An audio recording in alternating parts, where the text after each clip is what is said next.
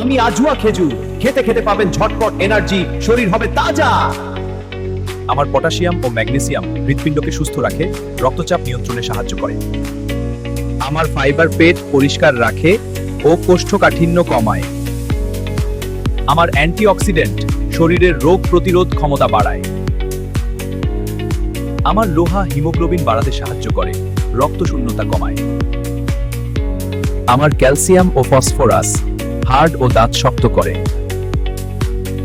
আমি মা ও শিশুর জন্য পুষ্টিকর, তবে চিকিৎসকের পরামর্শ নেওয়া উত্তম। আমার পুষ্টি উপাদান স্মৃতি ও মনোযোগ বাড়াতে সাহায্য করে।